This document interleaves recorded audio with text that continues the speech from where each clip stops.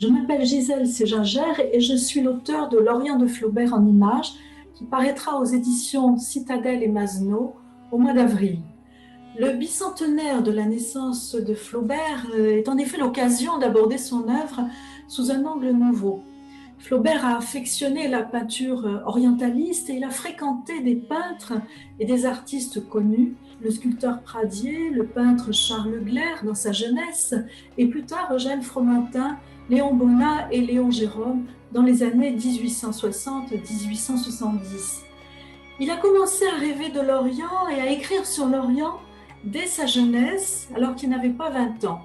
Il n'y avait pas encore voyagé, mais le romantisme, les orientales de Victor Hugo, les œuvres de Byron, ainsi que l'orientalisme pictural étaient en vogue. En 1849-1850, il a enfin la chance de parcourir pendant plusieurs mois l'Égypte et la Palestine, la Syrie et l'Asie mineure jusqu'à Constantinople. Puis en 1858, il part en Algérie et en Tunisie pour repérer les lieux qu'il doit décrire dans Salammbô. Tout au long de sa vie, il alterne les romans modernes et les œuvres sur l'Orient ancien jusque dans les années 1870 où il publie La Tentation de Saint-Antoine qui met en scène les rêves d'un ermite égyptien. Puis il publie Hérodias et il donne dans ce conte une nouvelle version du mythe de Salomé. L'action est située en Judée, mais à un moment où le pays est convoité à la fois par les Romains et par les Arabes. Quelques mois avant sa mort, Flaubert songe enfin qu'il aimerait aussi écrire un roman sur l'Orient de Suez, c'est-à-dire sur l'Orient moderne et sur sa rencontre avec l'Occident. Il ne réalisera pas ce projet, mais on voit en tout cas qu'il n'a cessé de penser à l'Orient jusqu'à la toute fin de son existence. Pourtant, alors que les livres publiés sur Flaubert sont nombreux, nous n'avions pas jusqu'ici d'ouvrage sur les images d'Orient qui ont marqué l'écrivain. Qu'a-t-il vu pendant ses voyages?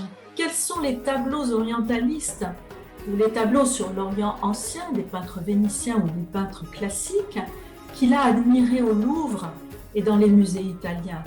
Comment réutilise-t-il dans ses fictions ce qu'il a vu? Et quelle a été l'influence de l'Orient et de l'orientalisme sur sa propre esthétique? En parcourant les images nombreuses réunies dans ce livre, le lecteur découvrira la passion d'un écrivain qui aimait l'Orient et qui aimait aussi la peinture. Grâce à une iconographie riche et variée, j'ai voulu retracer de manière vivante l'itinéraire d'un écrivain orientaliste.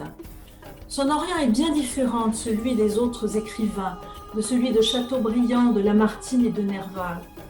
Flaubert est attentif au contraste, à la diversité ethnique et il refuse surtout l'idéalisation. Alors que l'Orient ottoman avait eu beaucoup de succès dans la première moitié du siècle, Flaubert est pour sa part davantage attiré par les Bédouins et le désert, par un Orient plus sauvage et rude que celui des romantiques.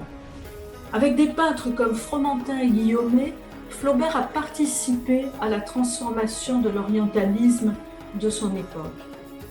Mon livre dévoile aussi la seconde vie des œuvres orientales de Flaubert. Elles ont fait rêver à leur tour bien des artistes, les sculpteurs comme Rodin, les peintres de la fin du siècle, les symbolistes, puis les surréalistes, mais aussi des cinéastes et des créateurs de bandes dessinées jusqu'à aujourd'hui.